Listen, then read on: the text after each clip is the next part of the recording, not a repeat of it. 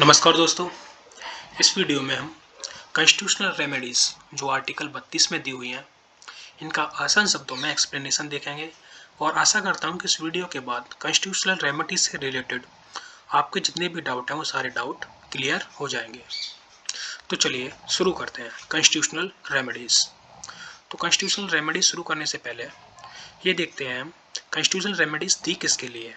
तो ये जो कॉन्स्टिट्यूशनल रेमेडीज़ हैं जो हमें मिली हुई हैं ये किसके लिए मिली हुई हैं, जो हमारे फंडामेंटल राइट्स दिए हुए हैं हमारे कॉन्स्टिट्यूशन में। फंडामेंटल राइट जो हमारे पार्ट 3 में दिए हुए हैं, कॉन्स्टिट्यूशन के किस पार्ट में दिए हुए हैं, पार्ट 3 में दिए हुए हैं।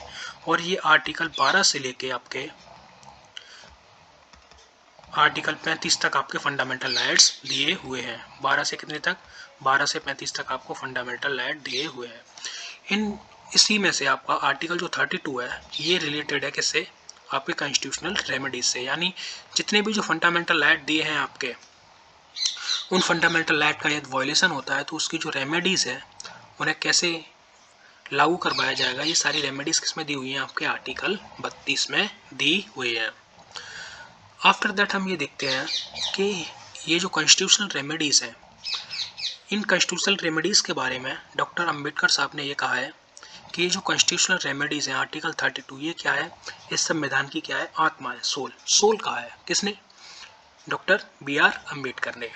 आफ्टर दैट हम ये देखते हैं कि ये जो कॉन्स्टिट्यूशनल रेमेडीज हैं ये जो दी हुई है ये कितनी दी हुई है, ये कॉन्स्टिट्यूशनल रेमेडीज हमारी 5 दी हुई है। पहली हबियस कॉर्पस, दूसरी मैंडामस, तीसरी प्रोहिबिशन, चौथी सर्टियोररी और 5वीं आपकी क्यू वारंटो।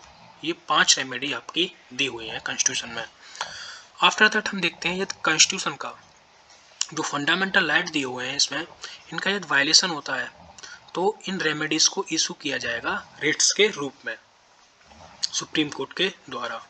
अब ये जो रिट इशू की जाएंगी सुप्रीम कोर्ट के द्वारा, ये रिट जो सुप्रीम कोर्ट है ये या तो वो सो मोटो में इशू कर सकता है, यदि फंडामेंटल राइट का वायलेशन होता है तो सीधे सीधे केवल सुप्रीम कोर्ट और हाई कोर्ट दो के पास ही केवल अथॉरिटी है कि उनके वायलेशन के केस को क्या करेंगे, वो हियर करेंगे। तो सुप्रीम कोर्ट सो मोटो से देख सकता है। आफ्टर दैट या जो एक्यूज्ड पर्सन है वो एक्यूज्ड पर्सन क्या है, रिट केस फाइल कर सकता है सीधे सुप्रीम कोर्ट में। आफ्टर दैट कोई भी ऑर्गेनाइजेशन है, रिलेटेड ऑर्गेनाइजेशन है जो वेलफेयर का वर्क करता है, वो वेलफेयर ऑर्गेनाइजेशन भी उन एक्यूज्ड पर्सन की तरफ से क्या कर सकता है, केस को दायर कर सकता है। तो 3 लोग केस दायर कर सकते हैं। कौन, या तो सुप्रीम कोर्ट सो मोटो ले सकता है, या फिर सेकंड में क्या है आपका जो एक्यूज्ड पर्सन है वो केस को फाइल कर सकता है, या फिर थर्ड पर्सन कौन, कोई वेलफेयर ऑर्गेनाइजेशन है वो भी केस फाइल कर सकता है इनके लिए। आफ्टर दैट देखते हैं हम हबियस कॉर्पस। हबियस कॉर्पस जो रिट है हमारी ये किसके द्वारा जारी की जाएगी, सुप्रीम कोर्ट के द्वारा। इसका मीन्स क्या होता है, लिटरली मीनिंग होता है इसका टू हैव बॉडी, यानी जो बॉडी है यानी जो पर्सन है उस पर्सन को कहाँ है वो पर्सन, वो जो पर्सन है इसमें ये देखा जाएगा कोई पर्सन है किसी ने उसे इलीगली क्या कर लिया है, डिटेन कर लिया है। अब इसमें किसने किया इलीगली डिटेन, या तो वो स्टेट हो सकता है या फिर वो प्राइवेट बॉडी भी हो सकती है, यानी गवर्नमेंट बॉडी भी हो सकती है और प्राइवेट बॉडी भी हो सकती है। इन दोनों बॉडीज के खिलाफ क्या है, ये जारी किया जाता है क्या, हबियस कॉर्पस। दोनों बॉडी कवर होती है इसमें, गवर्नमेंट बॉडी और प्राइवेट बॉडी। यदि कोई पर्सन को इलीगली डिटेन कर लेते हैं तो कोर्ट ये कहता है कि वो पर्सन कहाँ है, उसे हमारे सामने क्या करो, प्रेजेंट करो बॉडी को हमारे सामने। और कोर्ट ये देखता है इसमें कि ये जो डिटेंशन हुआ है ये डिटेंशन लीगल डिटेंशन हुआ है या नहीं हुआ है। यदि इलीगल डिटेंशन है तो क्या करेंगे, उसमें कोर्ट इस रिट को इशू करेगा और फिर चार्ज उन पर लगा देगा। आफ्टर दैट देखते हैं कि जो कोर्ट ने जारी की है, तो यदि कोई ऐसा पर्सन है जैसे आतंकवादी है तो उसे क्या है, प्रेजेंट नहीं कर सकते हैं, क्योंकि प्रेजेंट करेंगे तो हो सकता है रास्ते में दंगे हो जाएं, तो इसीलिए एट प्रेजेंट में बॉडी को प्रेजेंट करना आवश्यक नहीं है कोर्ट के सामने। उसे क्या कर सकते हैं हम, आजकल इलेक्ट्रॉनिक्स मीडियम है तो इलेक्ट्रॉनिक मीडियम्स के जरिए उसकी जो भी प्रेजेंस है उसे वहाँ दिखा सकते हैं। आफ्टर दैट देखते हैं हम मैंडामस। मैंडामस क्या है? मैंडामस का लिटरली मीन्स होता है कमांड।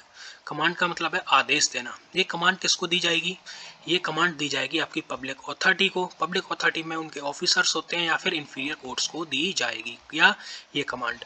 अब ये कमांड किसके लिए होगी? यदि कोई लीगल राइट्स हैं किसी के और वो लीगल राइट्स को क्या नहीं हो रहा है, उनका इम्पोज नहीं हो रहा है, तो ये कोर्ट्स, हायर अथॉरिटी या तो पब्लिक अथॉरिटी को या ऑफिसर्स को या इंफीरियर कोर्ट्स को ये आदेश देगी कि ये जो लीगल राइट्स हैं, लीगल राइट्स को क्या कीजिए, आप कंप्लीट कीजिए। या किसी की कोई लीगल राइट्स को क्या कर रहा है, वॉयलेट कर रहा है, तो उसको कहेगा कि आप इस लीगल राइट को वॉयलेट मत कीजिए, या किसी के अधिकार को दे नहीं रहा है तो इसके अधिकार को आप दीजिए। अब इसका एक एक्सेप्शन है कि ये रिट जो है आपके गवर्नर और प्रेसिडेंट इनके खिलाफ इशू नहीं की जा सकती है। आफ्टर दैट देखते हैं प्रोहिबिशन। प्रोहिबिशन का लिटरली मीन्स होता है आपका टू रिस्ट्रेन, रिस्ट्रेन करना। इसका मतलब ये है, ये जो रिट है हमारी, ये क्वासी जुडिशियल और जुडिशियल रिट होती है, और ये रिट हमारी हायर कोर्ट इशू करते हैं लोअर कोर्ट के लिए।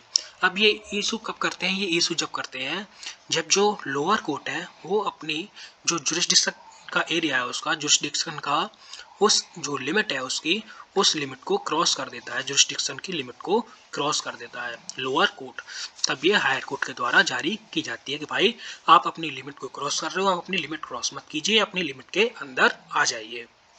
आफ्टर दैट नेक्स्ट है आपका रिट सर्ट्योररी। सर्ट्योररी रिट क्या होती है? ये सिमिलर होती है प्रोहिबिशन के, सिमिलर होती है, लेकिन इसमें क्या डिफरेंस होता है? ये भी क्या है, हायर कोर्ट के द्वारा ये जारी की जाती है लोअर कोर्ट के खिलाफ। अब क्या उसने मना किया था लास्ट वाली रिट में, प्रोहिबिशन में, कि आप अपनी जो लिमिट है उसको क्रॉस मत कीजिए जुरिस्डिक्शन की को। अब उसने मान लीजिए लोअर कोर्ट ने लिमिट क्रॉस कर दी, और क्रॉस करने के बाद क्या है, उसने फैसला सुना दिया जो उसके जुरिस्डिक्शन के एरिया में नहीं था फिर भी। तो अब हायर कोर्ट क्या करेगा, उसका जो सुनाया हुआ फैसला है उस फैसले को क्या कर देगा, कैंसल कर देगा, यानी क्वेश कर देगा ऑर्डर को। ये होता है आपका सर्ट्योररी में। आफ्टर दैट देखते हैं हम क्यो वारंटो। क्यो वारंटो का मीन्स होता है literally why, by what warrant and by what authority, यानी किस अथॉरिटी से आपने कोई भी जो पोस्ट है वो उस पर हो आप।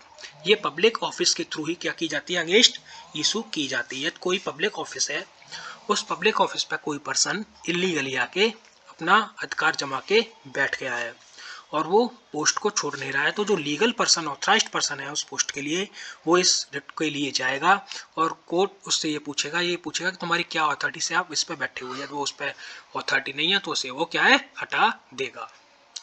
ये हुआ आपका क्यो वारंटो। अब देखते हैं ये रिट आपका सुप्रीम कोर्ट के अलावा हाई कोर्ट भी इशू कर सकता है।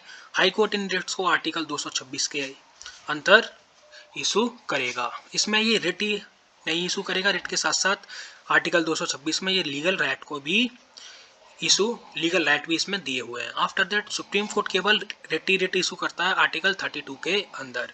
इसीलिए जो जुरिस्डिक्शन का एरिया है हाई कोर्ट का, वो ग्रेटर देन है सुप्रीम कोर्ट के जुरिस्डिक्शन के एरिया से। आशा करता हूँ इस वीडियो में आपके सारे डाउट्स जो हैं कॉन्स्टिट्यूशनल रेमेडीज से रिलेटेड सारे क्लियर हो गए होंगे। फिर भी अभी कोई आपका डाउट रह गया तो आप कमेंट सेक्शन में पूछ सकते हैं। वीडियो अच्छी लगी हो तो वीडियो को लाइक कीजिए, चैनल को सब्सक्राइब कीजिए। जय हिंद, जय भारत।